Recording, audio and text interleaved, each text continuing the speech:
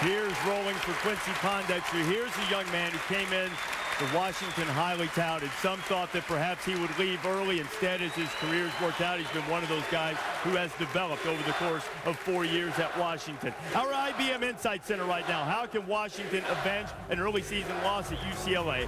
Well, the trend has been for Washington in Pac-10 games. Huskies scored 41 in the first half, but not so good in the second half. Just 20 points, shot about 29% shooting. Is really out of character because they didn't get to the free throw line in that game either, particularly in the second half, just 4 times. So the solution, Washington needs to attack the Bruins defense the entire game as the Huskies lead the Pac-10 in free throws attempts, nearly 28 per game. That first meeting to which we alluded sets up Digger's favorite kind of game. Payback. Final 8 seconds. You know, the lead changed hands in 8 seconds 3 times. Stephen Overton going, and then Gustavo Abdul-Hamid with the winner, Hubert. Unbelievable shot as the clock goes down, and his biggest shot of his college basketball career. No question, he rarely plays even in double-figure minutes, even for a Bruins team that is not very deep. They've had to deal with some attrition unexpected with Drew Holiday. Some guys have been injured, and he doesn't play a lot, but he had a great moment here. Digger, as we get ready for this game tonight, what are some keys for this?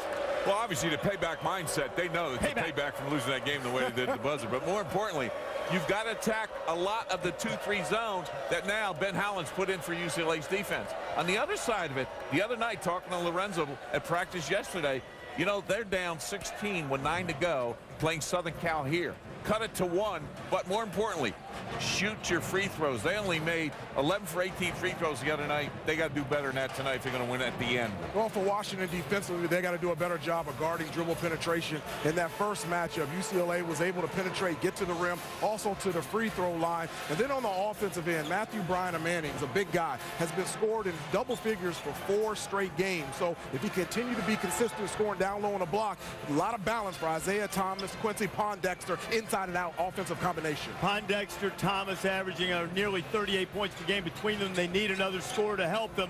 Will they get it? Will Washington get a win on senior night here and beat UCLA? I do. I have Washington because of Matthew Bryan Manning. He's been playing extremely well, and Quincy Pondexter will not lose senior night here. No, I'm going with Washington too, because I'll tell you, UCLA shoots 62% from the free throw line. That's last in the Pac-10. So if it comes down in the last 30 seconds, foul, foul, foul, they win this game. The Pac-10 has been maligned for much of the year. It's certainly not as strong as it has been in other years, and Washington will probably have to rely on winning the Pac-10 tournament if they want to go to the NCAA tournament. Same for UCLA. Both trying to build some momentum. Pac-10 showdown coming up right now with Dan Shulman. Dan? Reese, thank you. Well, this place is sold out. The Dog Pack is excited. Senior night, as you mentioned, here in Seattle, and they're really looking forward to this game between UCLA and the Washington Huskies to wrap up the home portion of the Husky schedule as they try to avenge a defeat from earlier this season. Welcome to the Infinity College Basketball Tip-Off, bringing you the inspired performances that define the season.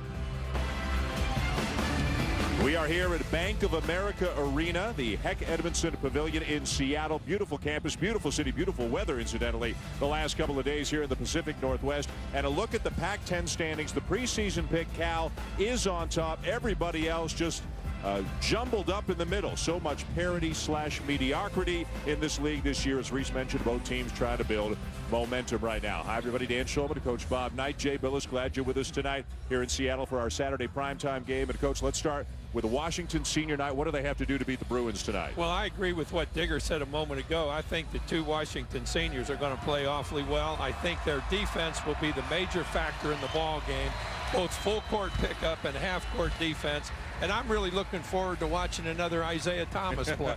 And we'll explore that story as the night goes along as well. Jay, so strange to see UCLA so down. A variety of reasons. We'll explore that over the night as well. What do they have to do to win this game? Yeah, I think UCLA has to take care of the ball. I think that Washington's going to come after them in full court, and they cannot turn the ball over. And on defense, UCLA's been playing a 2-3 zone. They need to keep in front of Washington's drivers. Guys like Quincy Pondexter is going to be good in the middle of that zone, and also Isaiah Thomas, who's very good off the bounce. A look at our star watch, and What the heck? It's Quincy Pondexter's night. It's senior night for a guy averaging better than 20 points per game. 6'6", inside, outside. Can hurt you a lot of different ways. And as Coach Knight said, he's excited also to see another Isaiah Thomas play tonight. And this Isaiah Thomas could really light it up.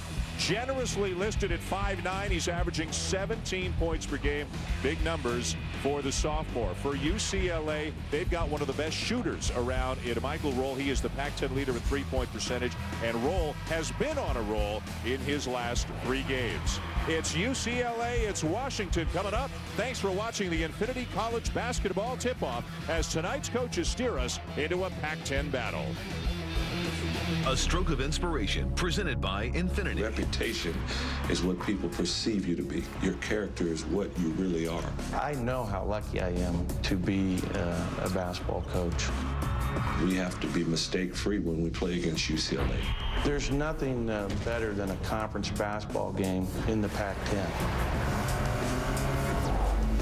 Welcome to Saturday Night Primetime, presented by DirecTV, and welcome back to Seattle. It's a Pac-10 battle between UCLA and Washington here at Bank of America Arena. Senior night for the Huskies as they're getting announced right now. Quincy Pondexter, their 20-point-a-night guy, will get the biggest ovation as the Huskies are announced. UCLA winning by a point in an earlier game this season down at Pauley Pavilion, so Washington would love to avenge that defeat, get a little momentum as they near the conference tournament. For UCLA, Malcolm Lee, Michael Roll in the backcourt, a very talented freshman, and Tyler Honeycutt up front along with Reeves Nelson and Nikola Dragovic in the front court for the Bruins. And for the Huskies, keep an eye on Isaiah Thomas. He can really get to the rim, shoot it from range. Abdul Gaddy, Justin Holiday, a terrific defender, Quincy Pondexter, and then Matthew Bryan Ammoning is starting in the middle.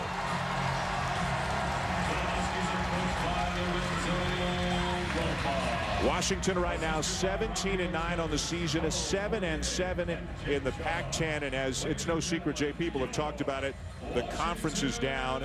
Is this going to be a one-bid league? Does anybody who wants to make the tournament have to win the conference tournament? You know, I think right now California is the only team that can feel comfortable that they've got a really good shot at making the tournament as an at-large team. If Cal were to win the Pac-10 tournament, I think it would shut out just about everybody. Washington's still in the picture. That Texas A&M win, a very good one, but they've got to continue to win. They certainly can't have any bad losses. If they lost to UCLA at home, that would be a bad loss. This is an elimination game for Washington. 2 problems. They lost to USC at home a couple of nights ago in Washington, and historically this has been the case. They don't win much on the road. They have a very good record here at home, but they don't win it much at all away from home. As for UCLA, coach, I mean, you coached against some incredible UCLA teams over the years. 12-13, a young team that has lost a lot of players early to the NBA, and this is just one of those down, rebuilding kind of years, it appears, for Ben Howland. You know, I think the same situation exists for UCLA, Dan, that exists for North Carolina. They've lost a lot of players. North Carolina lost them all from last year. UCLA has lost their starting lineup that would have been in their starting lineup over the last couple of years. So, as you said, young team, not a real definite approach to either the offensive or the defensive end of the floor because of that youngness. Our officials tonight, Dick Cardwell, Chris Rastaver, and J.T. Orr. We are ready to go. Washington in white, UCLA in blue, and the opening tip goes to the Bruins. Malcolm Lee really more of a 2-guard, but having to play the point guard spot. We'll see Jeremy Anderson off the bench at the point as well for UCLA. This is Honeycutt. Dragovic steps in, takes a difficult shot, rebound Huskies. Well, that was a nice job by Abdul Gaddy. You can't let Dragovic shoot the ball from the catch spot. They made him put it on the deck. And you got to get better shots than that in your offense, too. And there's UCLA in the 2-3 zone. Ben Howland is a man-to-man coach, but given the personnel he's got and the players they've lost, he feels he has no choice but to hide some deficiencies by playing zone. Well, they couldn't stay in front of anybody man-to-man. They were giving up too much penetration, and that's going to be key in this game. Can they keep Washington out of the lane? Pondexter for 3. What a way to start senior night. Quincy Pondexter has had an outstanding year, especially here at home. You look at his numbers, Dan. and they are very similar to the numbers put up by Brandon Roy in his senior year. And of course, everybody knows the kind of player that Brandon Roy was here at Washington and became with the Portland Trailblazers in the NBA. Yeah, the scoring numbers very similar. Pondexter actually with more rebounds. Roy had more assists in his senior season. We're seeing the kind of defensive pressure at half court, Jay, that you were talking about being so important. Reeves Nelson draws the foul.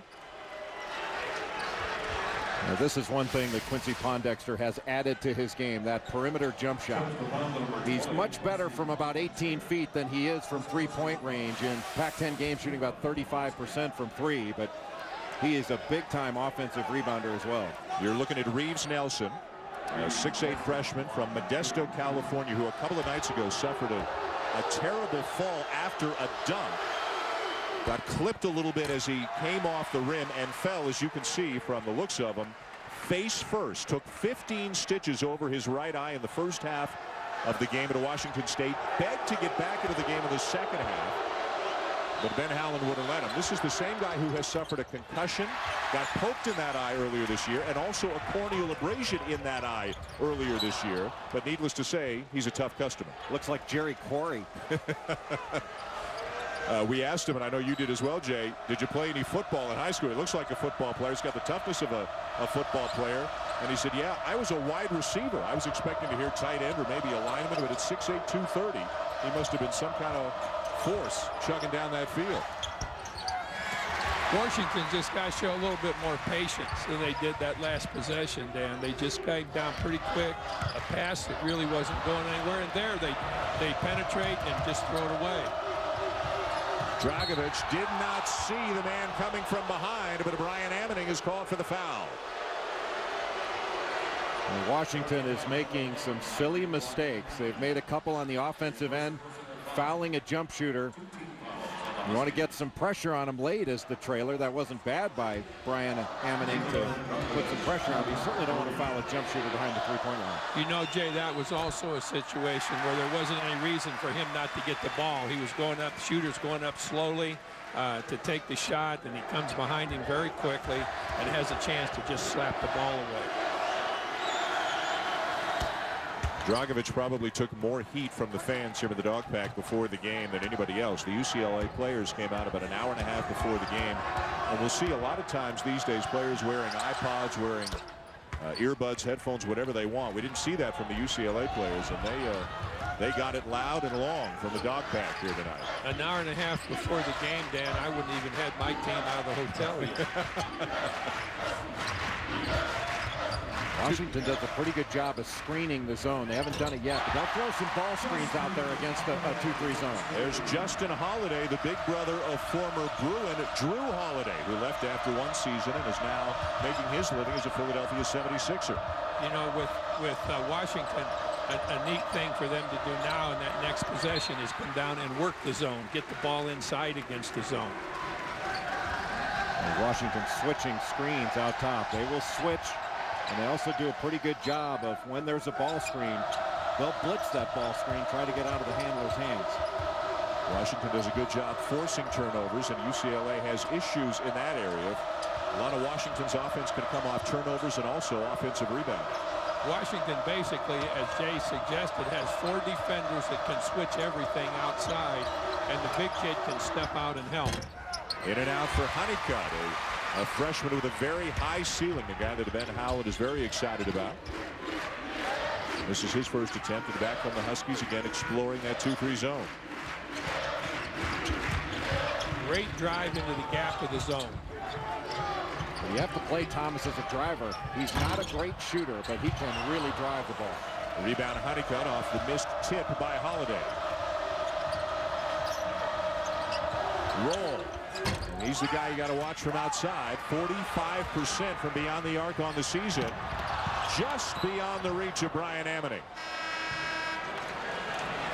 That's the third offensive possession that Washington has just basically literally thrown away already in the ball game. Yeah, they've worked so hard on the defensive end. You want to reward yourself with some baskets on the other end. That puts an awful lot of pressure on your defense to get stop after stop.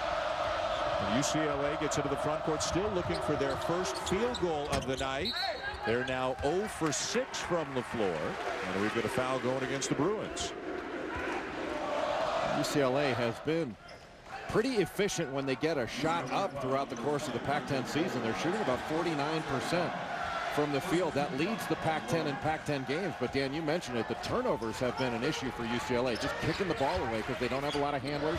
They don't have a true point guard in their starting lineup. There's some really strange offensive stats with UCLA. First in the conference in field goal percentage, first in three-point percentage, last in free throw percentage, though. First in assists, and then last in turnover margin. They're a confusing bunch this year. Pondexter with his second field goal. If you're going to play a zone, Jay, don't you think that you've got to shut off those driving lanes from on top? You just can't let somebody get into the bucket from on top. And I think that was Ben Howland's biggest concern. Can they stay in front of the drivers that Washington puts on the floor? And especially when they reverse the ball and drive it. Dragovic with a jump hook. Finally, the first field goal of the night for UCLA. Dragovic made a really good move there. He got into position to begin with, made a little shoulder fake back to his right and took it right to the bucket. How about Pondexter? What a start to his senior night. And that was even a better move than Dragovic made. And another foul by Justin Holiday to take us to our first media timeout of the evening. A great start for Washington, led by their senior Quincy Pondexter. In his final home game, he has 7 of their 9 points in the early going.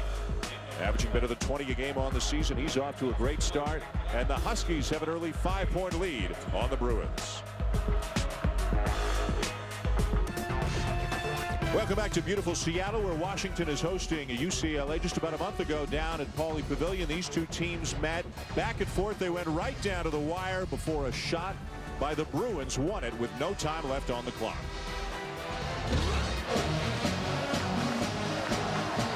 Robertson drives to the hoop. Bank shot good. 3.2 seconds left. Abdul Hamid. He'll put a shot in the air to win it. The Bruins win. The Bruins win. 62-61. Mustafa Abdul Hamid, a former walk-on, a seldom used player at times. Came up with a big basket to win that game. UCLA leading 91-36 all time. But, Jay, the last 5 games here have been won by the Huskies. And would you agree that this is one of the better home court advantages you'll find in college basketball? No question. This is a great building. The fans are loud. It's tight around the edges. And I'll tell you what, they've had some good teams that have played in here over the last 5 years, and it's been a very difficult place to get a win for anybody, let alone UCLA. Coach, how much stock do you put into home court advantage? Different buildings, different amounts of a home court advantage, if you will. Well, I think the more you talk about it, the more it is a home court advantage. I just used to say, hey, the buckets are 10 feet high. Let's go play. I think you can kind of make a lion out of a cat. You know, it's difficult as it is, but let's don't make it to be the most difficult of the species. Well, right now for Quincy Pondexter, the bucket looks awfully big. He knocks down another 3. He's got 10 of the 12 points already. For UCLA, Dragovic is the only player to score. That's what you call your old-fashioned heat check right there by Pondexter, trying to figure out if he would miss it all tonight, and he finally does. You know, UCLA is 1 for 8 now, I think, and they just have been in such a hurry. Pondexter missed somebody cutting to the bucket the last possession, but they have not had really good offensive patience. And UCLA is going to have to start looking for slips off these switches. They've got to punish Washington for switching all these screens. Roll inside with a miss. Lee with the offensive rebound. Hey, I'll tell you what, as a lawyer and a former player, you impress me recognizing the slip in the switch. I think there was a compliment in that insult somewhere. All Washington in the early going. Back at the Bank of America Arena here at Heck Edmondson Pavilion, the home court of the Washington Huskies senior night for Quincy Pondexter, the number 6 all-time scorer in Washington basketball history. And he's adding those totals tonight. An emotional moment for him, obviously coming out with family before the game after a stellar 4-year career. And Jay, I've got to imagine players have so much emotion in them on senior night, but he just came out firing and knocking down shots. Well, he has managed those emotions very well, and you got to feel good for Quincy Pondexter. You know, he's oftentimes played in the shadows of other players. In high school, he played with Brooke and Robin Lopez. when he came to Washington, he was in the same class with Spencer Hawes, overshadowed there, but this is his team, and he's having a player of the year type season in the Pac-10. Certainly one of the leading candidates for that award. Reeves Nelson converts for UCLA and draws the foul. This is the guy we were talking about before, sustained that serious eye injury and the stitches over his eyebrow, but he shows great toughness.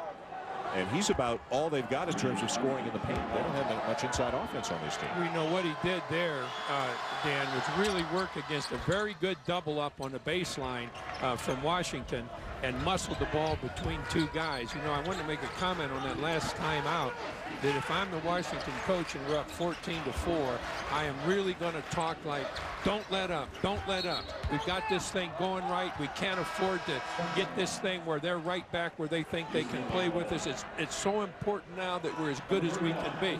Instead of sitting there saying, hey, you're doing a great job, I'd really be tough in that timeout. How much do you think about the motivation and what the players are thinking when you're coaching? Well, you know, I've been around players all my life, you know, playing with them or coaching them, and I think they have a great tendency to let up a little bit when they're ahead 14-4. I think that's just natural. And I did all I could to try and prevent those things from happening. I'm sitting there saying, okay, this is our largest lead. Let's get our largest lead to 12, and then let's get it to 15. Pondexter is fouled.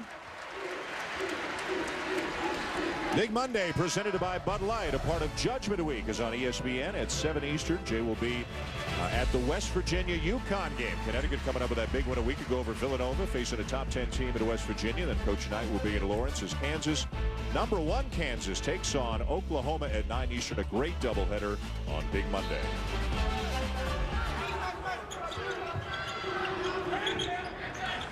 Washington's been really good in his half-court defense. That was a walk and a very good call. Moved both feet. We saw a few walks earlier today on television that weren't called, huh, Jay? Absolutely. And I thought that Overton could have gone baseline. He faked baseline and probably didn't have reason to do that. He could have gotten to the rim during baseline. Lorenzo Romar has already gone 9 deep, including Overton, who's defending the ball right now. Coming off the bench, a tenacious defender, as you can see. He stays so low and keeps moving his feet. Roll a miss, and the rebound comes down to Elston Turner. And Turner gives it away to Honeycutt. Jeremy Anderson for the Bruins, high off the glass and good, and UCLA making a bit of a run right now, back within 5. That's a question of Turner giving the ball up a lot earlier than he tried to. He had to give it up when they were way down on the far end of the court. They weren't going to have a break. UCLA was already back. Rashears with a miss in close, and back come the Bruins. They're getting the ball down on that short corner. They tried to trap to get it out of there. That's a real danger area for the zone, down on the short corner. Honeycutt. Nelson, the extra pass. Dragovic tips it back out. Nelson made a great move there, setting up a bucket that Dragovic should have converted. A good pass, looking for the screener instead of worrying about the cutter. The screener's so often open. Nelson dishes again. Dragovic for 3, and he comes up empty. It wasn't real close. Scott Suggs in the game. Justin Holiday as well, 6'6" junior from Chatsworth, California. The scoop will go for Vinoy Overton. That's the third drive that Washington has made from the perimeter almost all the way to the bucket. And as we mentioned before, I think Jay said, you just can't give up that kind of a drive to the basket if you're playing zone. A timeout on the floor. Coach Romar's daughter, part of the cheerleading squad here in Seattle for the University of Washington. And on senior night, an early 7-point lead for the Huskies over the visiting UCLA Bruins.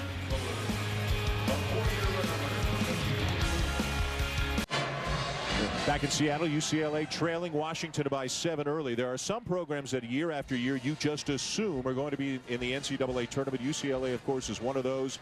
But they are one of those historic programs that looks like they're going to find themselves on the outside looking in this year. Floppy play continues for UCLA. Worst performances I've had here at UConn in 24 years. How can we go any lower? How could it be any worse than it is right now?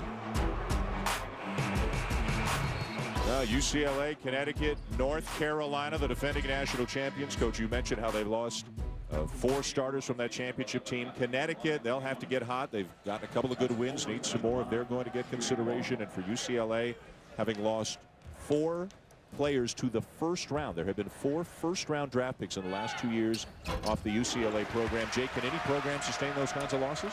Not at the same level. I mean, it's hard to keep up at that Final Four level, but I think UCLA should be better than they are right now. I think they made a miscalculation with regard to Drew Holiday. I think they thought he was going to stay longer than 1 year. They made a recruiting mistake with regard to Drew Gordon, who left the program. So those mistakes can hurt. Inside, Jamison Morgan with the basket. Morgan's a guy who's getting some playing time because Drew Gordon is transferred out. James Keefe, shoulder surgery. He's out for the season. And now Elston Turner is fouled on a 3-point attempt. That's one of the great mistakes, maybe the greatest single mistake next to the block out on the free throw, Dan, that's made defensively, is fouling the 3-point shooter. You go up with him, you get some distance between you and him, get your hand up, try to force him to lean back a little bit, but don't give him another crack at 3. And that's what we talk about when we talk about a disciplined defender. You know, that's undisciplined defense. He was trying hard. He was in the right spot, but just wasn't disciplined in the execution of it. Jeremy Anderson called for the foul. Turner has missed the first 2. And now Pondexter's got 10 points already. Checks back in for Washington. Michael Roll returns for UCLA. It's really hard, Jay, from a coaching standpoint, as I know that you're aware of, to credit somebody trying hard when they do something dumb. Exactly. Those two don't go hand in hand. Well, I remember, I played for one of your players, Mike Krzyzewski, and when one of my teammates, he was getting on him, and he turned around and he said, "Coach, I'm trying," and he said, "Trying isn't good enough, son. I didn't bring you here just to try." Saturday prime time presented by DirecTV from the Bank of America Arena on the campus of the University of Washington. UCLA and the Huskies. Our game next week, by the way, our game day game next week, we will be at the Carrier Dome in Syracuse. Villanova taking on the Orange as Honeycutt slips inside and lays it in. And we're not going to be alone there, fellas. There are going to be 34,000 people at the Carrier Dome for that game 1 week from tonight. What just happened there, Dan, was that they got a double team. Washington double teamed the ball. The screener cut to the bucket, and the help side defender just stood and watched the whole thing. He should have had a ticket in his jockstrap because he wasn't doing anything with his hands or feet, and that's how they got a wide open layup there. A smart cut by Tyler Honeycutt. He's going to be a really good player, an outstanding offensive rebounder. He was a great volleyball player in high school as well. Pondexter is fouled and will head to the line. Okay. All right, here we go. We're going to see the double up out here, right out on top, and there's a guy slipping to the basket. The help side defender did not move toward the ball. He did not come across the basket toward the ball side. Jamison Morgan did a nice job of looking over his shoulder and staying poised and delivering that pass. Where did he go? How did he get there? Where did he drive? Drove baseline like you and I were talking. Yep. And the driving lane, he took advantage of it. He beat the defender, the zone defender on the baseline. The middleman had to come help. That opened up the pivot man, the post man in the middle of the lane. Coach, when you prepared for a team, would you rather face a zone than man-to-man defense? Did you feel zone was easier to play against? Well, it depended on our personnel a lot, Dan. No defense is easy to play against if it's played well. An advantage, look at Syracuse defense. 2-3 zone, very hard to play against because they play it so well. Some teams, Don Casey used to play great zone defense. Harry Litwack played great zone defense, but it's how the kids play the defense, how smart they are, how observant they are, how they recognize things. That's what makes defense good. And right now, this 2-3 zone put on by UCLA has to get more active. I mean, it's been a little bit too passive. I think they've got to move as the ball moves a little bit better. Pondexter with 2 more. He's got 14 points already. That was really a great reaction move by Pondexter. The pass was dropped, and instead of watching the action after the pass, Pondexter was continuing to move and picked it up and laid it in. Roll trying to post on Thomas. The kick to freshman Brendan Lane, who knocks down the 3. Just his 3rd three-pointer of the season. He is a good shooter. He played water polo in high school. A lot of two sports stars here for UCLA. Good play by Brian Amening. That went off of Lee, Malcolm Lee. Let's see if they get this one straightened out. Yep. They just called it the other way to get the ovation after they fixed the call. There's no question it went off of it. No. Jay just saw the play. Jay saw it right off the bat. Yeah. He called it Washington ball off the bat. I mean the officials called it wrong just so they could reverse it and get a big friendly ovation here. I know Jay saw it. Now, as it turns out, a foul on Washington. Lorenzo Romar senses an opportunity that has slipped away. Well, they're letting UCLA hang around. I mean, now it's a two-possession game. That's a great point, Jay, because when they were 14-4, you know, that's a 10-point lead, and they've cut it to 6 now, so they're pecking away at it. And as long as they hang in there, they're always going to have a chance to win the ball game. And the foul was on Matthew Brian Amening, his second. That's the big guy, number 11, who is fronting Nelson down to the post right now. Honeycutt had it taken away. Overton comes up with a loose ball and lays it in. Timeout, UCLA. Well, you got to like Overton the way he plays defensively. He is really into the man with the ball. Overton's been trying to wear out Malcolm Lee at the top, and just Tyler Honeycutt falling down, and Overton makes a nice play here. I thought he was going to throw it back to Isaiah Thomas, but just took it all the way to the basket and rolled and contested. Super Tuesday presented by KFC, a part of Judgment Week, begins at 7 Eastern. It will be Illinois at Michigan. Then at 9 Eastern, the SEC on ESPN, a good one, Tennessee and Florida down in Gainesville. But it seems like every single game that Billy Donovan's Gators play goes right down to the wire one way or the other. You know, they shot 1 of 13 from 3 today. They shot under 40% from the field and still got a road win at Mississippi. That was really a good win for Florida. Keeps them in it to get an NCAA tournament bid. And you know, by the same token, it was a tremendous loss for Mississippi, particularly with the kind of stats that Florida put up offensively in the game. The other big game of the SEC today, game seen on ESPN a little bit earlier, was Kentucky surviving and winning at Vanderbilt in a very close game. Look how far out UCLA has got to start its offense because of Overton's pressure on Malcolm Lee out front. Overton's just relentless on the ball. And there's Overton coming up with another steal. Boy, that was tremendous help from 2 different Washington players. First of all on top, and then Overton going after the ball. You know, Coach, how many times do you see a player in Overton's position not go with the flow of the offense and just stand out top? And that was a really alert play defensively by Overton. Look at Thomas. Nobody stopped the ball. He just kind of meandered his way into the paint and at about 5'7" put up a floater. That looked like my grandson getting a bucket in the 10-year-old and under league, the way he went in there with that one. Yeah, UCLA's not playing with a lot of energy defensively, are they? Well, certainly not in the conversion game.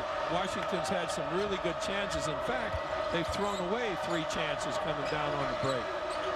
And as you guys well know, Ben Howland, a lot of coaches are like this, but him more than most, he values defense, toughness, rebounding. He can't be happy with what he's seen so far tonight.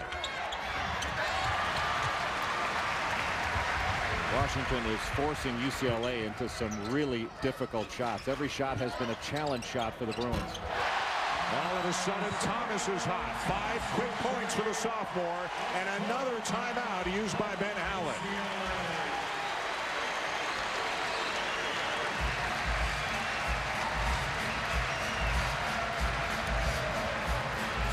Well, it was all Quincy Pondexter, then Vanoy Overton, but now Thomas, Jay, who averages 17, he gets on the board. Well, he's a lefty and a very good scorer. He has not been a good perimeter shooter, but when you're that wide open, guys don't get that much time to shoot in a game of horse, let alone in 5-on-5. Well, you know, he had a great setup with the shot. He stepped in with his left foot. He had his head in front of his feet. Went up with it with a slight angle toward the bucket. That would have been a picture-perfect jump shot to have shown younger kids. And as we mentioned, this Isaiah Thomas was named for the other Isaiah Thomas, who just happened to play for Bob Knight at Indiana back in the late 70s and early 80s, and was the lead guard on your national championship team in 1981. This Isaiah Thomas at Washington was named Isaiah because his dad lost a bet in a Laker-Pistons NBA game. But if he can be half the player that Isaiah Thomas was, Coach, they got something special. Number 11 in red or white, depending upon whether it was home or on the road, was a heck of a player, Dan. He was a kid that could play at every single aspect of the game and play it very, very well. I don't care if it was defense on the ball, coming in to help on the post man, bringing the ball down, making the pass. You know, there just couldn't have been a better guard that played college basketball than number 11. Well, number 2 is probably a little bit fortunate that bet that his dad made wasn't having to do with the Sixers. He could be World B. Thomas or something like that.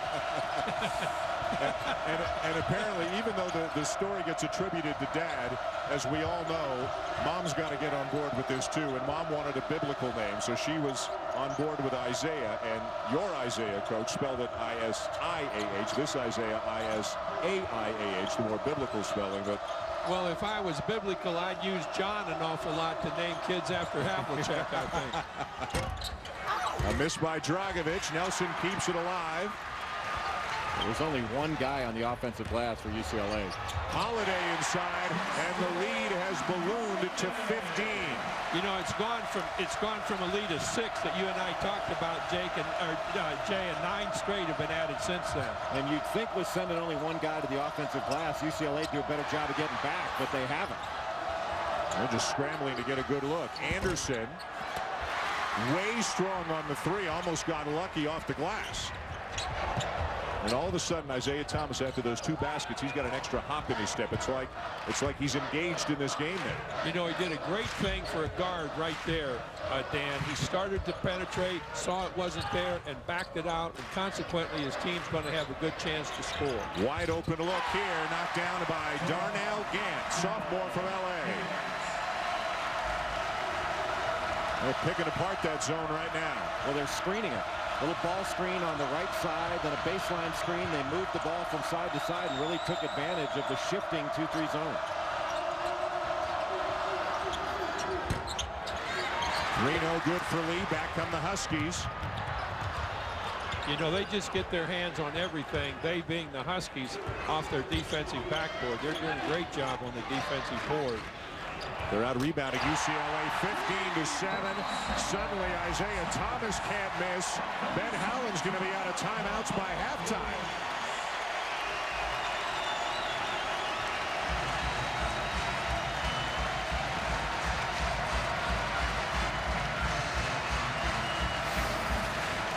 Isaiah Thomas, not known as a great perimeter shooter, but nobody coming within 2 or 3 feet of him. You're going to give a guy that has hit a couple of shots, and you can see ball screen out top, baseline runner, screen along the baseline, and then they move the ball. Look how slow the shift of the zone is, and Darnell Gant wide open along the baseline for a little 15-footer. Now, that's great ball movement by Washington, but really poor defense and a poor sense of urgency by UCLA.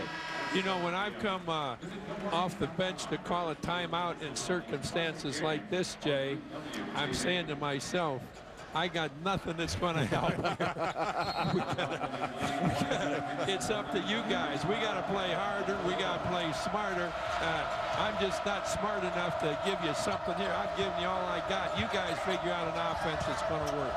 It's a 14-0 run right now for the Huskies. And the Dog Pack is alive here tonight. A 20-point lead over UCLA, the team that everybody loves to beat more than anybody else in the Pac-10. Honeycutt off to Lane for the lay-in, and that'll snap that 14-0 drought. UCLA just went to their screen for the screener continuity. They moved the ball from side to side, but that was their continuity offense instead of some called sets that they had earlier in the game. Well, Honeycutt did a great job against a double team in the post of getting that ball to somebody open, anybody open, and not just a guy that's going to get a layup out of it. Gant got an open look from the elbow. Justin Holiday hustles for the rebound. Thomas, another 3.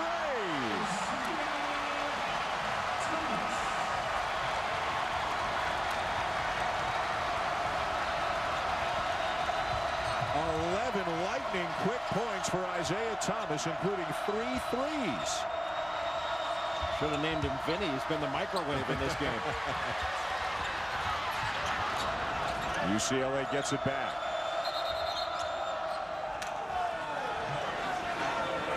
we have an officials to reset the shot clock. Yeah, to reset the shot clock. And we'll step aside with a media timeout here in Seattle. All Huskies, to say the least. Isaiah Thomas trying to steal a little thunder from Quincy Pondexter tonight. 11 quick points for the sophomore.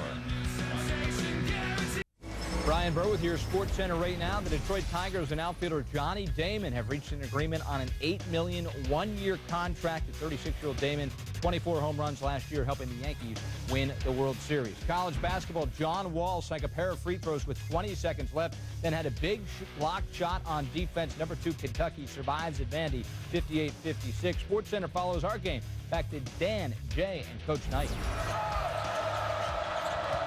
Ryan, thank you. Always a tough place to win, Memorial Coliseum, but Kentucky gets it done. Nice drive by Jeremy Anderson. It's still a 17-4 run right now for Washington.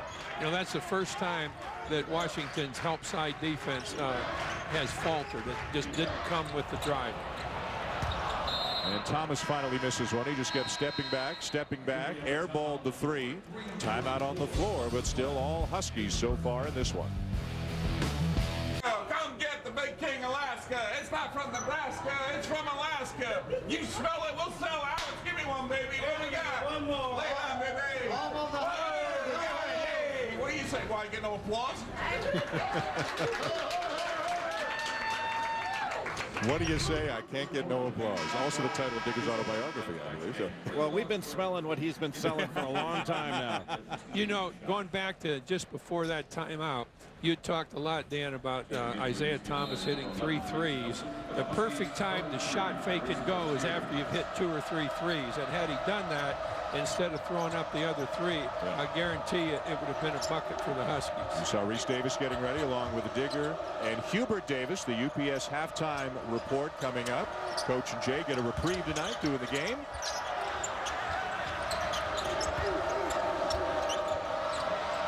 The UCLA offense is just so, that's going to be an over. Oh, he just barely had it. The UCLA offense against the half-court pressure is very tentative, don't you think, Jay? Very tentative, very indecisive. No question. And UCLA trying to get the ball inside, but Quincy Pondexter was playing in between the postman and his man, Tyler Honeycutt. And Honeycutt needs to step up there and take that shot or drive it and cut off that distance.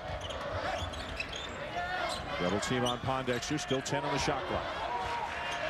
Ooh, Thomas with a great burst of speed and then a really soft touch high off the glass. Now that's that penetration we've been talking about, and Pondexter was set up in a corner, so the bottom defensive man in the zone stayed with him and shouldn't have. That bottom defensive man had to slide over and take away the drive.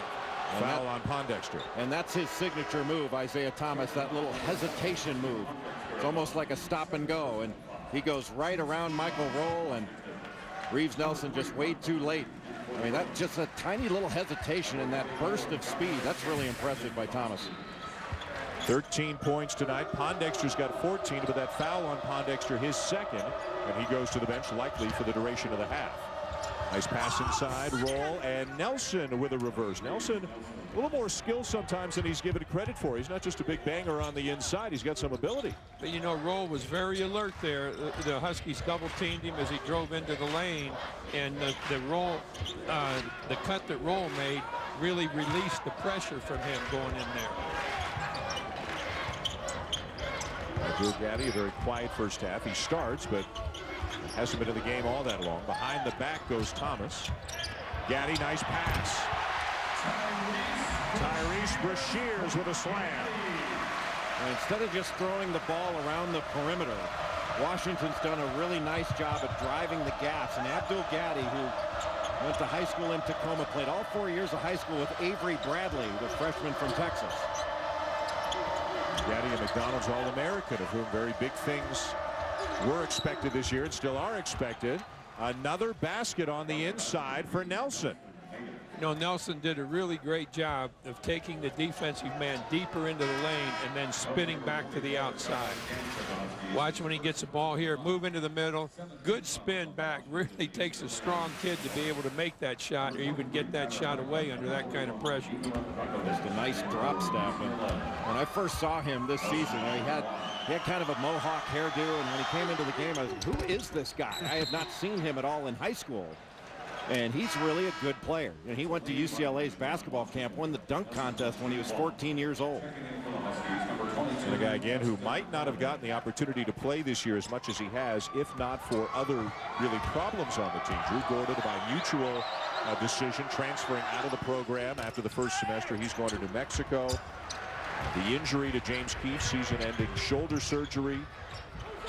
Dragovic was suspended for a couple of the games for an off-the-court issue and arrest earlier this season. So Nelson has benefited, has gotten playing time, and now has become a fixture. The inside part of the UCLA defense has really been lax throughout this entire half. They've not stepped in front of anybody. They've just allowed far too many passes. You've got that middleman's got to step up in the lane a little bit and make sure that you can't get the ball inside while the bottom men protect the baseline. There's Keefe, a shoulder injury that's going to knock him out for the rest of the season. And as a senior, that'll be, unfortunately for him, the end of his collegiate career. You just hate to see guys, Jay, especially in their senior season, have their careers cut short. Especially guys that had to wait their turn, like James Keefe. Remember a few years ago, had a great game against Western Kentucky in the NCAA tournament, especially in the second half. Big reason that UCLA was able to win that game back when Darren Horn was coaching the Hilltoppers. ABC NBA Sunday Showcase begins tomorrow with an Eastern battle at 1 Eastern. It'll be the Cleveland Cavaliers and the Orlando Magic. What a matchup that should be. And then the Boston Celtics, fresh off a win last night in Portland, will travel to Denver to take on Carmelo Anthony and the Nuggets at 3:30 Eastern.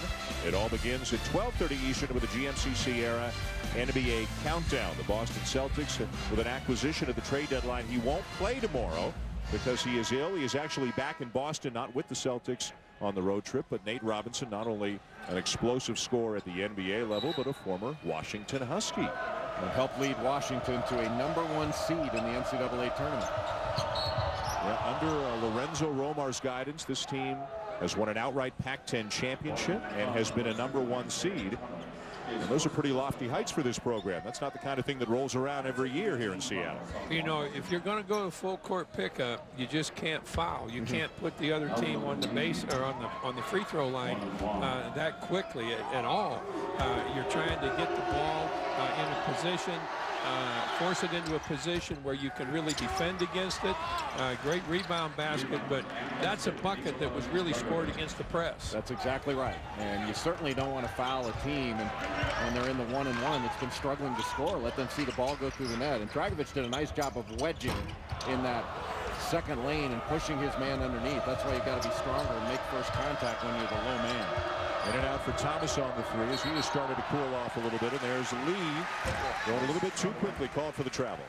Yeah, that's just over penetrating, and that's the fact that Malcolm Lee is not a point guard. You know, he's a two guard that is he's really kind of a Russell Westbrook type athlete, but he was not brought to UCLA to be a point guard. When Drew Holiday left for the NBA, he's playing with the Philadelphia 76ers. That left a big hole at the point, and Lee has been the guy that has had to fill it. You think of the names who have gone from UCLA onto the NBA as Bashir scores on the feed from Gaddy, with Kevin Love, Russell Westbrook, Drew Holiday. Go back a couple of years further than that with Jordan Farmar, Aaron Aflalo. There have been some great players in this program the last several years, and no surprise they went 3 straight Final Fours. That's an example. That last bucket that the Huskies got is again an example of the middleman in the defense not coming to cover the ball side of the bucket. And they've got, if they keep doing that, the Huskies going to get a lot of close shots. He's going to come back. Well, this is with the left hand, and look at Isaiah Thomas get up there for the rebound. The lob and the slam by Holiday. How pretty was that? I mean, that was about as good as a lob pass can be released from a guard.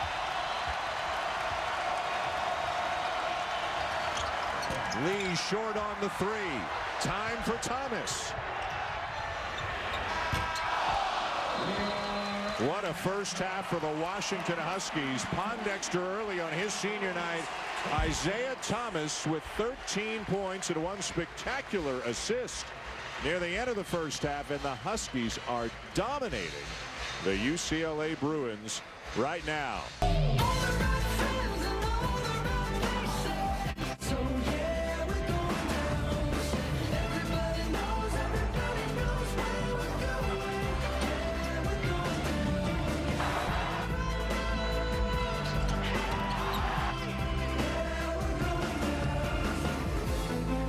Welcome back to Saturday Night Primetime, presented by DirecTV. UCLA and Washington, and the Huskies sure did have all the right moves in the first half, shooting 68% in the first 20 minutes against the Bruins. Welcome back, Dan Shulman, Bob Knight, Jay Billis, and Coach. Washington did anything they wanted to, it seemed, against that UCLA zone. Well, they played awfully well against it, and my approach at halftime in one of those rare moments when you're a coach and you have a situation like this would simply be this: okay, boys, I don't want to coach the second half. I want to enjoy the second half. Just make daggone sure that I'm going to enjoy this and I don't have to coach a bit. Well, I don't think Ben Howland is going to enjoy much in this second half. This team doesn't come out with a little more fight. I think UCLA came ready to play, but I'm not sure they came ready to fight and to scrap for everything. And for Washington, if you ask me who was the best player on the floor for me, I wouldn't say Isaiah Thomas or Quincy Pondexter. Benoit Overton was the guy who set the tone for them defensively. He got right into Malcolm Lee and really pushed that UCLA offense further out on the floor. I thought that was a big factor in that first half. A 23-point lead for the Huskies over the Bruins as we go to half number 2 here at the Bank of America Arena. Again, this is senior night for Washington. Their last 3 regular season games are on the road, and number 20 in white, Quincy Pondexter, had 14 points in the first half on his senior night. And he is one of the leading contenders for Pac-10 Player of the Year. An early UCLA turnover. And a kick ball. It'll stay with Washington. You look at Jerome Randall of Cal, Landry Fields of Stanford. Who else is up there, Jay, along with Pondexter for Player of the Year in the Pac-10? I think it's going to come down to Landry Fields and Quincy Pondexter. I think that Landry Fields is the best all-around player in the Pac-10, but I think Pondexter's had a terrific season. I mean, you could go with either one of them. The problem is that neither one of them are from a team that's going to win the Pac-10, and you want to give a lot of credit to the winning team. Stanford with a win at Oregon today as they go to 7-8 in the conference. Matthew Brian Ammoning, who has played his best basketball the last 5 games, has regained his starting spot and has become a consistent double-figure scorer. Brian Ammoning just made a great defensive play when he stepped up and made the interception, but then should have given the ball immediately to a guard. You big guys out there, when you make a good defensive play and come up with the ball, get it in the guard's hands. And then he did what we were talking about the last half, Dan. He stepped right over the middleman in that zone, got the ball, and scored. Michael Roll with the answer at the other end. Roll a little bit more than just a standstill shooter as he knocks it down from the elbow. He's really improved his pull-up game. That was something he didn't have. He was a catch-and-shoot guy when he first got to UCLA. Holiday and then Pondexter both on the offensive glass. Again, just outworking, out-efforting the UCLA Bruins right now. Pondexter has got great agility for a kid that big, Jay. I mean, he's like he's on his tiptoes, and he just moves so well. And he doesn't surrender to blockouts either. You know, if you put a body on him, he keeps fighting to get around you. And he really didn't have to fight on that one to get around anybody. He was just right there for it. And 3.5 offensive rebounds in Pac-10 play. That leads the lead. Great night so far for Pondexter. Reeves Nelson is at the line and now for UCLA. Hard to believe a UCLA team has struggled as much as this team has, even with all the issues that they've had. They are 12-13 on the season. They had a 5-game losing streak back in late November, early December, including a loss by 27 to Portland, lost to Long Beach State. And it hasn't gotten a whole lot better in conference play. They are 7-6 right now in the Pac-10, but it seems like everybody in the Pac-10 is either 7-6 or 6-7 right now. Yeah, it's been a rough year in the Pac-10. We've talked about the attrition. So many players in the green room for the NBA draft that were underclassmen over the last several years, but also there have been coaching changes. 5 of the 10 programs have had coaching changes in the last 2 years. Nice pass inside. Brian Ammoning the slam, the assist to Pondexter. Pondexter knew that Brian Ammoning was going to be open when he caught the ball in the lane. He just gave a quick backhanded pass. Really good vision from on top. And there's Pondexter with that vision again.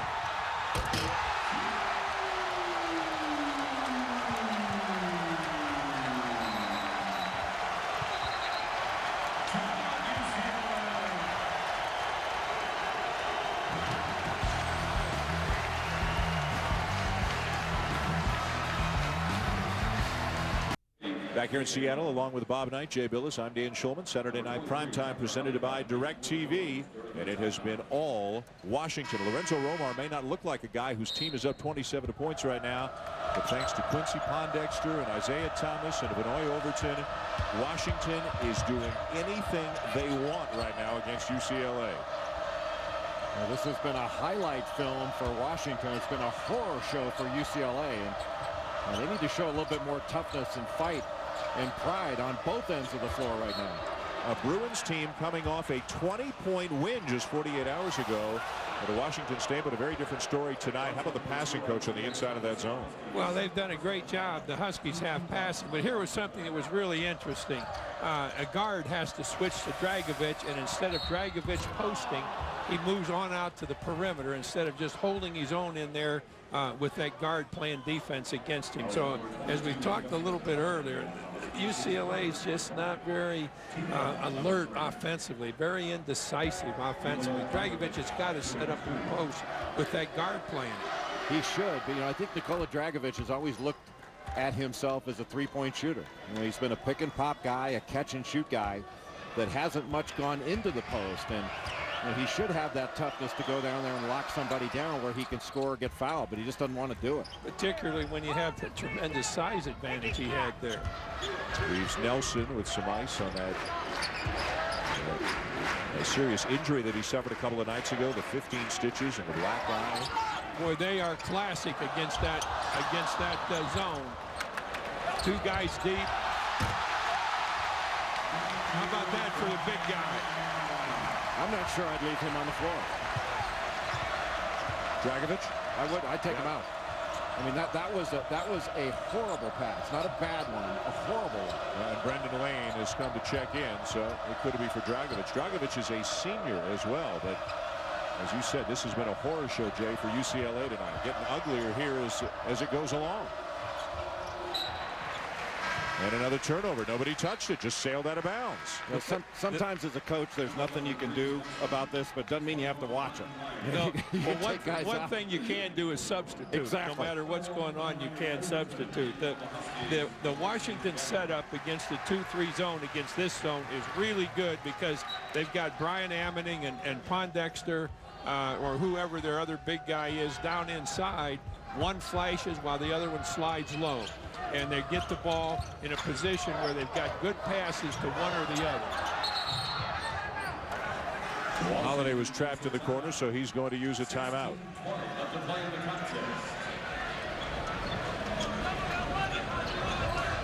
Well, UCLA, as we mentioned, only playing zone because Ben Howland felt their man-to-man defense wasn't good enough.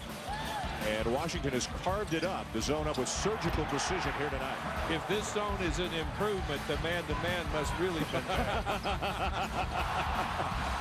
Well, the funny part is UCLA leads the Pac-10 in assists, but it has been Washington that has been getting assist after assist with their passing. And you have to give a lot of credit to the Huskies for sharing the ball, for moving the ball, but UCLA's defense has not offered up much resistance at all.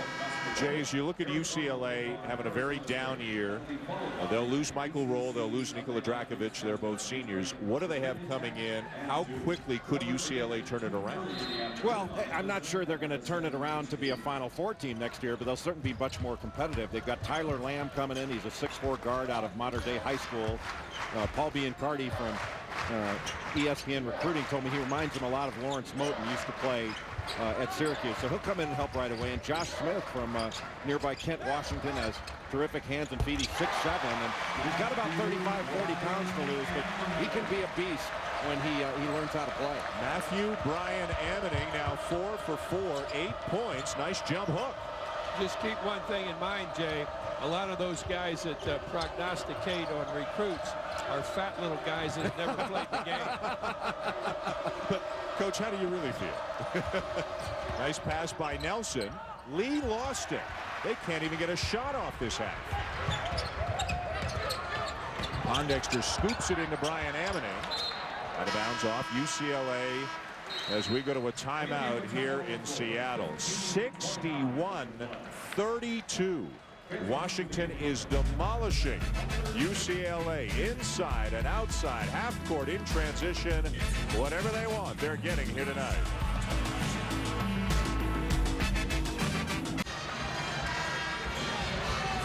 Former Washington coach Marv Harshman, he coached in the back of the 70s and 80s. Actually, the last man to defeat John Wooden in a game is here taking in the game here tonight. And one of the great Huskies, Detlef Schrempf, who went on to a terrific NBA career as well. And his son Alex is here as a reserve on the UCLA team.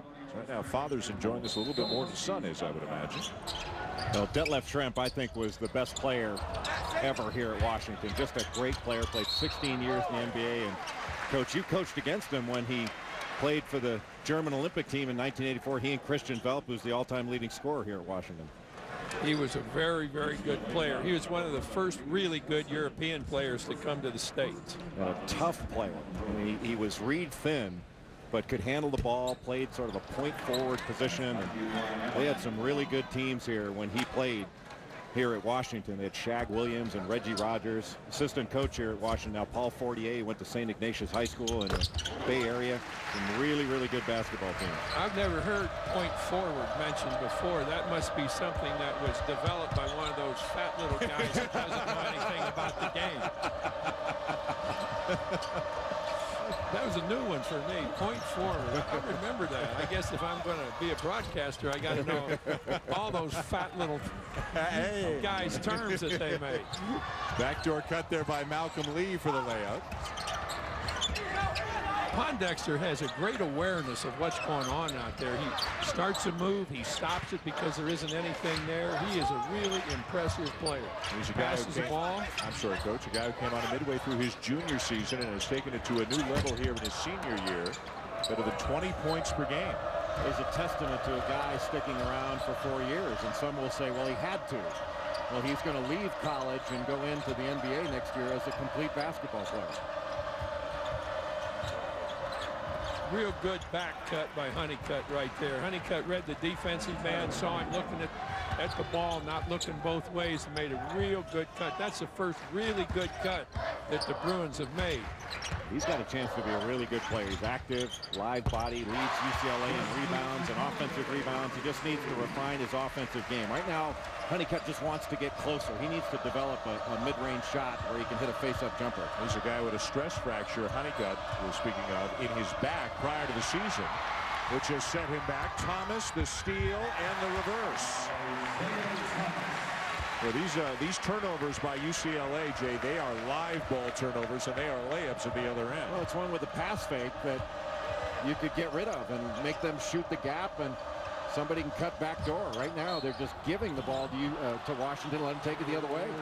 I think there was a walk right there. It was a great defensive play because there was a comfort from that injury, and it looks like maybe some of the stitches might have opened up. You can see some blood coming through the bandage, and he is reaching for it from time to time, but not willing to come out of the game. That was a pretty good catch there by Justin Holiday. There's those wide receiver skills there by Nelson. Well, really alert play by Nelson. Nelson up close looks a lot like Apollo Creed. You guys remember Apollo Creed? Yep, he looks like he got hit by Apollo Creed. He comes up with a steal, and at the other end, Brendan Lane gets the dunk. That pass that Thomas made a moment ago that resulted in the Bruin bucket was one of the few careless passes that the Huskies have made in this game. Brian Amening is fouled. Brian Amening has played with great energy all night tonight. You mentioned that he regained his starting position, Dan. What had been the problem for him prior to that. He had a couple of games where he just didn't play very well, and Coach Romar went with Tyrese Brashears, maybe just a wake-up call to get to Brian Ammoning, and it seems to have worked over the last 5 games. Well, he wasn't taking advantage of scoring opportunities, and what he's done is he's simplified things. Instead of going with all these exotic footwork moves in the low post, he's just making the simple moves, and he's been much more effective as a result. Well, he makes this team a lot better team with him playing the way he is now than without him. He's done a heck of a job here tonight. Meanwhile, Justin Holiday, who averages 5 points per game, has 11 already tonight, including that 3-pointer. They're really getting contributions from everybody. Well, Holiday has a really nice shooting stroke. He sets up well with his feet. Good follow through. He leans into the shot. Jeremy Anderson with a block for UCLA. This has turned into a schoolyard game right now as Nelson lays it in. The funny part for Washington, shooting has not been a strength for this team. Not a very good play by Overton, but they're going to get away with it. This has not been a good shooting Washington team. Elston Turner, probably the best 3-point shooter on the team. Scott Suggs, also a pretty good shooter, but they've not been able to find any consistency shooting the ball from the perimeter. Holiday looks like he has a good move, though, into the shot, doesn't he? He does. He has good footwork, and he gets up leaning into the basket. Looks like he has a nice stroke. Thomas. Got to be a shot fake right there. And here come the Bruins. Did you see Thomas at about 5'7", crashing the offensive glass there? Lane wide open. And the rebound to Scott Suggs. Turn and look before you go. Well, he missed a wide open layup, but Jay, he just went 45 feet with the ball with nobody stopping him. And then another bad pass. Abdul Hamid has it taken away. Well, this is like a summer league game right now. The defense on the part of UCLA has been non-existent, especially in transition. It's been like a layup drill. And Ben Howland, and maybe this is a blessing, maybe it's a curse. He doesn't have any timeouts left, so he's just got to watch it happen. But Washington's going to score 100 the way this one is going. I wonder if he's got some subs left. Brian Ammoning with a foul. Well, a media timeout, so Ben Howland can talk to his players for a moment if he so chooses. Up and down the court they go. Isaiah Thomas with a lay-in. Washington up by 29. All eyes on me. Back here in Seattle, in Shulman, about 9, Jay Billis, and a very young Huskies fan enjoying herself here tonight with Washington up 71-42 on UCLA. And you know how sometimes the score doesn't indicate how the game's gone? This one does. This is the way it's gone tonight. Just about everything has gone wrong for the Bruins. I feel a little bit for Reeves Nelson. I mean, he's given an honest effort, but I don't know how many of his teammates could make the same play. Nelson's played well against Washington in both meetings. He had 16 points in the first meeting. That's his 14th point in this one, and he has battled. You can tell just by his face he's battled. He battles every game. Apollo Creed. Nelson, if you weren't with us earlier, suffered that injury on Thursday night at Washington State after a dunk. Lost control coming down and fell, obviously, face first onto the deck. A 3 for Suggs. 6'6" sophomore out of Washington and Missouri. He knew Coach Romar back when Coach Romar was at St. Louis. Back when Suggs was 10 years old, decided then he wanted to play for him, so he came out here to Washington. And everybody with the Huskies right now playing with house money. I mean, Suggs was 4 of his last 18 coming into this game, and knocking down a shot from the corner. Big Monday presented by Bud Light, a part of Judgment Week. Begins on ESPN at 7 Eastern. Out of the Big East, it'll be West Virginia taking on Connecticut. Then at 9 Eastern, a Big 12 battle between Oklahoma and number 1 Kansas. So, Jay, let me ask you this question. Hubert mentioned it at halftime. You look at Washington, and Hubert's statement was, and he's exactly right, there's no way in the world Washington should be 7-7 in the Pac-10. How are they 7-7 in the Pac-10? They've just shown some inconsistency. We talked about the fact they're not a great shooting team. They've been inconsistent shooting the ball from the field, but I think it's been a question at times of mental toughness for them on the road. I mean, this team has not been able to win on the road. They've played very well at home, although they've dropped a couple here at home. But on the road, wins have been really, really hard to find. 16-2 at home, 1-7 in neutral or true road games. Roll out to Lee, who misses the three. Offensive rebound, Dragovic. Nice pass inside, and Lee misses the layup. Lee again draws the foul. Well, you talked about the home road discrepancy at Washington is a team, maybe not to this extent, but year after year they're tough to beat here and they really struggle on the road. And when you're 1-7 away from home, that's going to jump out at the NCAA tournament committee. That's not going to impress them. Well, especially when you're giving up 80 points a game on the road. That is not good defense by any means. And talking about not playing good defense. I mean, UCLA has given up 76 points. There's still 10 minutes to go in this game in regulation. For Washington, looking for their 17th win here on their home court this year. They will finish up away from home. This is senior night as Lee draws another foul. Washington still has to go to Washington State, then Oregon State to finish up the regular season. You know, anytime a guard or any player gets an outlet pass to start the conversion to the offensive end, you can't catch it and dribble. You catch the ball and you turn and look up the court.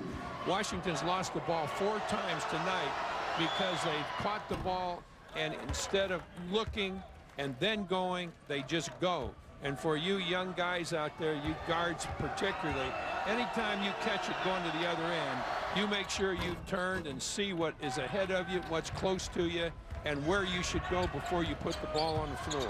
Can't tell you how many times my coach in college used to say catch and face. Catch and face. We used to run a drill called 4-man V-cut, and that's all we did was catch, face the defense, and then make a move. Pondexter for 3. And the rebound to Jamison of Oregon. Pondexter has cooled off some, but he's still the high scorer in the game with 20. As Anderson finds Dragovic, and UCLA starting to penetrate that Washington defense, and Lorenzo Romar's not happy despite the big lead.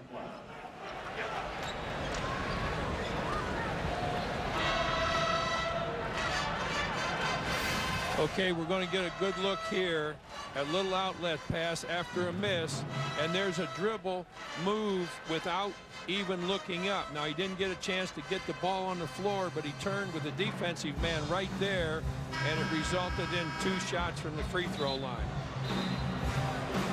And then what's happening, Jay, defensively now for Washington? That's 3 or 4 of those. Well, just a lack of communication, getting back and covering up. You know, the first thing you have to do is protect the basket and stop the ball, and Washington didn't do that. That's why Lorenzo Romar upset. Even though he's got a big lead, he wants them to play well all the time on every play. You know, a little bit of that, Dan, is a result of a 30-point lead also. Yep. When you get way ahead in a game, you've got to really be careful with players because they always look to do some things on offense. They look to score, they look to move, but they get a little careless with a big lead on defense. You saw the Pac-10 standings, a little bit of separation right now with Cal winning again today as they go to 10-5. They were the preseason pick to win this league. Washington was second. UCLA was third as Suggs knocks down another 3. Well, Cal's got everybody healthy right now. Jerome Randall's an outstanding point guard. They've got Patrick Christopher, a terrific wing. They can shoot it, can attack the basket. And having Theo Robertson back healthy gives them a nice trio out on the perimeter that can all shoot it. Dragovic, difficult 3 that he knocks down. USC is not eligible. They will not participate in the Pac-10 tournament. Some self-imposed sanctions, so only 9 teams will be there. And as you guys have discussed, it looks like maybe only 1 team is going to come out of the Pac-10. Maybe if somebody other than Cal won it, maybe Cal gets an at-large, but at the most it's going to be a 2-bid league. I think that's right. I think Cal would, if they continue to play at the level they're playing now, they'll get an at-large bid if they weren't to win the Pac-10 tournament. But that's really going to be the key to getting a second team in. You know, Arizona State's had a good year, not a great year. Washington's had a good year, not a great year. I think both those teams are in jeopardy of not making the tournament as at-large teams. But I think Cal's the only one you'd say is in really, really good shape. Roll from Nelson. 2 more for UCLA.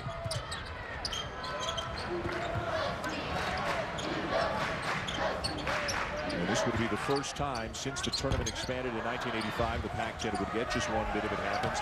There has not been a Pac-10 team ranked in the top 25 for 6 consecutive weeks. Washington's getting a little bit lax on the defensive end right now because they're letting people get by them far too easily. Under 8 to go, 79-53 Huskies over the Bruins. Welcome back to Saturday Primetime, presented by DirecTV. Dan Schulman, Bob Knight, Jay Billis. Washington all over UCLA on Quincy Pondexter's senior night. And Jay, you always have high hopes on a night like this, and certainly the night has lived up to it for this young man. Well, Dan, there's no guidebook for how you handle senior night. Some handle the emotion very well, others not so well, but Quincy Pondexter has handled it very well. 7 of 11 from the field. He's got 20 points in the ball game, 3 assists, only 1 turnover, couple of steals. And he has just shown the type of all-around player he is. And Coach, you talked about how alert he has been. He really understands how to play, and that's been over his 4 years. He's really matured into an outstanding senior. I saw his parents looking on. His dad, Roscoe, a terrific player as well. Jay, what do you remember about your senior night? I remember how difficult it was to keep my emotions in check. You know, you had to, when you're warming up in the game, you had to be careful not to overdo it. And it can be really difficult, especially when there's a lot on the line in the game.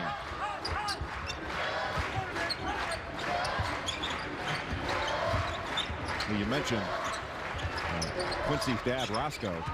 He played for Lute Olson at Long Beach State, along with his brother, Cliff Pondexter, who was also a really good player, played in the NBA for several years.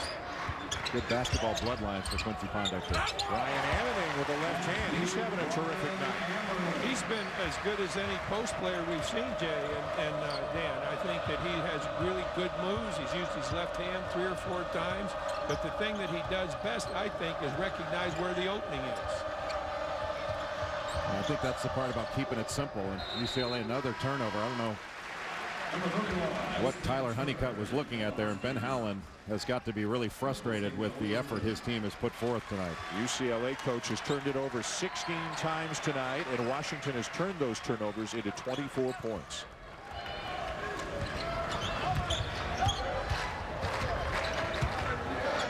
You know, it's amazing in this league, back when it was the Pac-8, now the Pac-10, UCLA has stepped on the opponent's neck so many times. I mean, it's just a strange feeling to see UCLA getting beat this badly.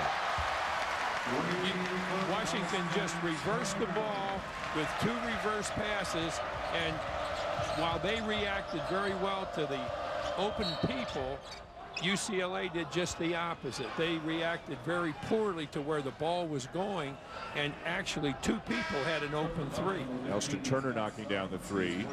Do you guys feel that when you go to a school like UCLA or Carolina or Duke or in Indiana, when Indiana's at its peak, is it tougher for players on these teams to handle losing, to turn the losing around? Because it's not supposed to be part of the package. These kids aren't used to losing on any level, and they certainly don't expect to lose when they come to a program like this. Well, I'm not sure about the second part of it. I have seen players worry about winning and losing more over the years. You know, it's funny, when I came out of high school in the early 80s, it never occurred to me that the teams I played on in college wouldn't win. And you have players asking that in recruiting now. You know, they're looking for schools saying, well, I'm not sure we'll win here. And maybe it was arrogance, maybe it was overconfidence, but the idea, you know, when I was coming out of high school that the team I played on wouldn't win never crossed my mind. Maybe I was just stupid. Brian Ammoning, good patience, and he'll be rewarded with a couple of free throws. You know, I think that kids coming out of high school, I don't care how good they've been in high school, there are very few that don't have a major adjustment to make if they're playing in this caliber of basketball, if they're playing in Division I basketball, really at any level of Division I. They have a tough time understanding that now they're playing on a team where everybody as good as each of them is. They're playing against somebody every night that's as good as they are. You think back, Jay, to the 3 or 4 years that you played in high school and in a populated area like where you grew up, you probably played against some, but I'll bet you did not play against very many kids in high school that went on to be Division I players. Yeah, during the summer I did. Maybe not in my league. There was maybe one per team that went on to be D1 players. In the summer, too many times you're playing for one of those fat little guys who doesn't know anything. But what about high school teams? What about the high school schedules that you play? Yeah, it might have been in the high school league I played in. Might have been one guy per team that went on and played Division I basketball. Well, you know, I can think back to when I was in high school in a much different situation, not nearly as populated as where you were. But I didn't play in 4 years on the varsity. I didn't play against more than 3 players that went on to be Division I players. And do the guys who play for, say, a Washington, who weren't as highly recruited, and Coach, we've talked about rankings and how inaccurate they may be, but do the young kids who weren't that highly recruited, does it matter to them a little bit more? Do they give a little bit more when they play against the team that overlooked them, or when they play the players who were more highly thought of than they were? Well, I wouldn't want to think just when they play against some team that overlooked them or some place they wanted to go. I would hope that the kid like that maybe grows a little bit, gets a little bit stronger, settles in on something like he's a very good defender, he's a very good rebounder, or he's a very good shooter. I think those things can grow with the kid if he allows them to do so. I think one thing UCLA faces, and this is something that a freshman at UCLA probably doesn't understand, it takes a while to process. UCLA is going to get everybody's absolute best effort, everybody's. And if they play the bottom team in the league, they are not playing the team that, their worst performance. They're going to get their best performance and their best effort, and they have to knock them out. I think Roy Williams, even with Carolina struggling this year, he has found that. He has told us that's the case, that everybody still wants to knock off Carolina as much as they always have. They not only want to knock them off, they want to beat them as bad as they can. Yeah. And I think a lot of people with North Carolina and with UCLA, they smell blood in the water. And they've been drubbed so many times by that team. They want to give it back, and I don't blame them. See, as much a part of the culture where you grew up in Southern California, sports are, and good teams and good players in all sports. I had the opportunity of growing up in a great small town, Orville, Ohio, where we had people that were really interested in the sports that we played. And one thing you didn't have in Southern California was Smucker's Preserves.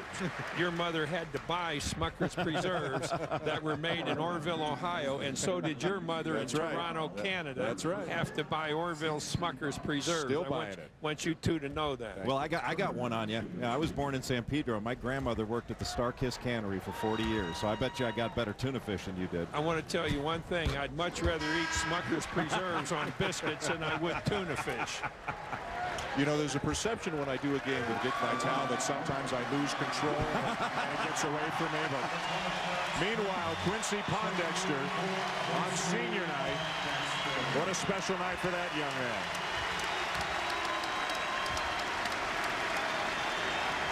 He'll leave with 20 points and a standing ovation from 10,000 people.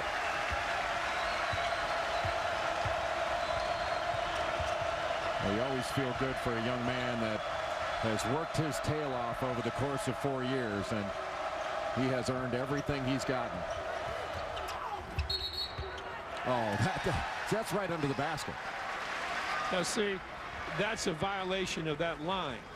The defensive man was completely under the basket. According to that new rule they've got, that they say they can't put that painted stripe in because it's too expensive.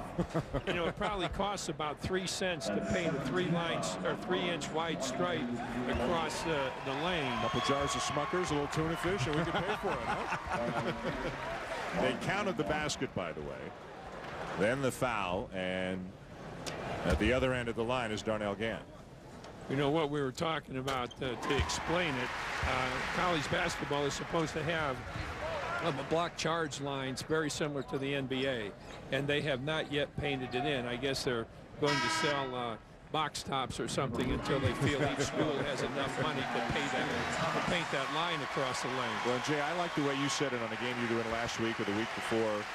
You said it, if there's any if there's any gray area in your mind about it, is it a block or is it a charge, then it's a block. Then it's got to be an obvious charge to be called a charge. Yeah, that's the way I look at it. And these officials do a great job. It's a really difficult job, but I do think that charges are awarded a little bit too easily in college basketball. I think it's evolved that way over the years. It didn't just happen overnight, but I think they're given out too easily. I think it should be harder to earn a charge. Out of bounds to Washington, under 4 minutes to go. The Huskies nearing the end of a lopsided win against the UCLA Bruins on a very special night for a guy who's put in a lot of hard work over 4 years here in Seattle and reaping the reward here tonight.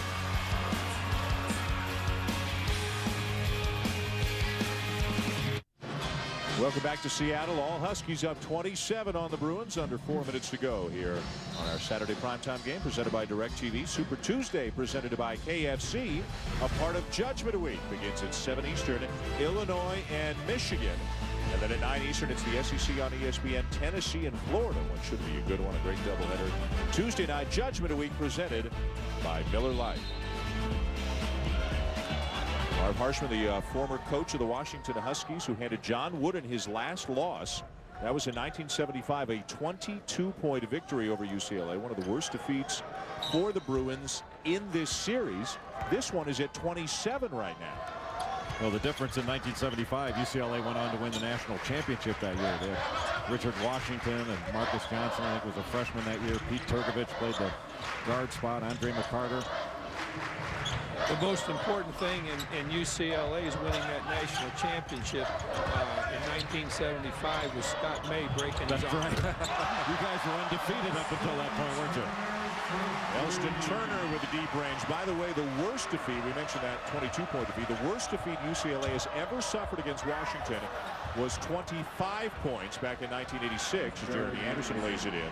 So Washington's got a chance to hand UCLA the most lopsided defeat in the long rivalry between these two programs, which UCLA incidentally leads 91-36 all time.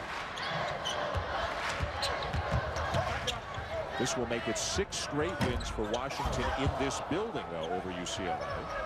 Whereas on Thursday night, UCLA won in Pullman. They've beaten Washington State in Pullman 17 years in a row.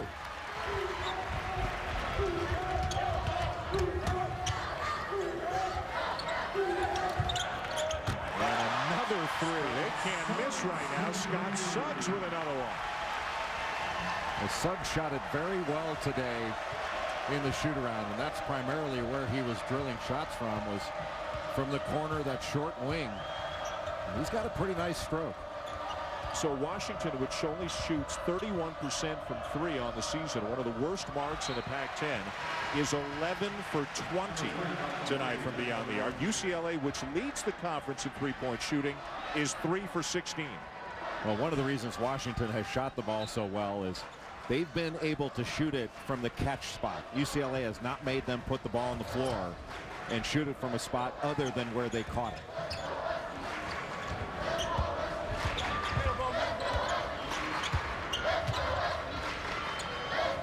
Washington continues to do a really good job of sliding in and out of the middle of that zone, just like they did there.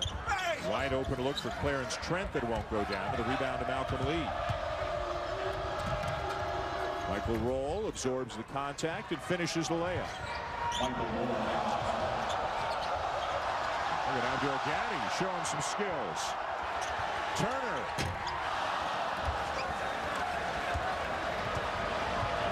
The dog pack is having fun tonight. I think they want 100. It's not often you can hang 100 on a UCLA team, and I think this Husky crowd would like to see that. Gaddy, Trent, and a foul. 1 week from tonight, our next Saturday primetime game will come from the Carrier Dome in Syracuse, New York. 34,000 tickets have been sold in what could be a top 5 matchup between Villanova and Syracuse. What a win for Syracuse over Georgetown a couple of nights ago, led by Andy Routens and others. Tomorrow, Villanova's got a tough one at Pittsburgh. But, Jay, it's going to be some kind of fun 1 week from tonight. Well, you've got the great zone by Syracuse, and you've got the great guards that Jay Wright can put on the floor to penetrate that. Is this the human victory cigar, Dan? Brandon Scher Has come into the game, sophomore from Monroe, Washington, a walk-on, and that's why you heard the crowd explode. Everybody's so excited when the guy who never gets a chance to play gets a chance to play. A former member also of the Dog Pack. A couple of years ago, or last year, he was one of them. They had an open tryout, and he made the team. So he's gone from being a member of the Dog Pack to a member of the Huskies. 1 minute left to play. 1 minute. Open. And Scher with a rebound. If he gets a bucket, they're going to tear the roof off. UCLA ball.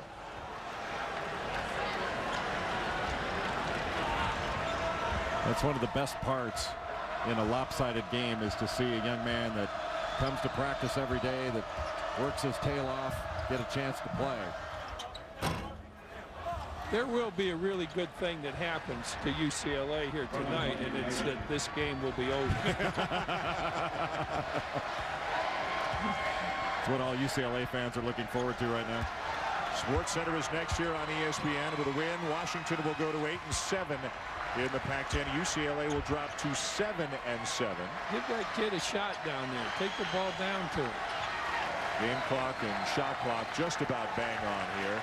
An impressive performance for Washington, really a disaster for UCLA.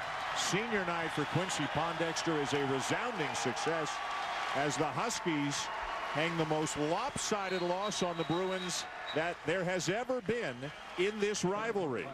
Shot clock violation with 0.3 of a second.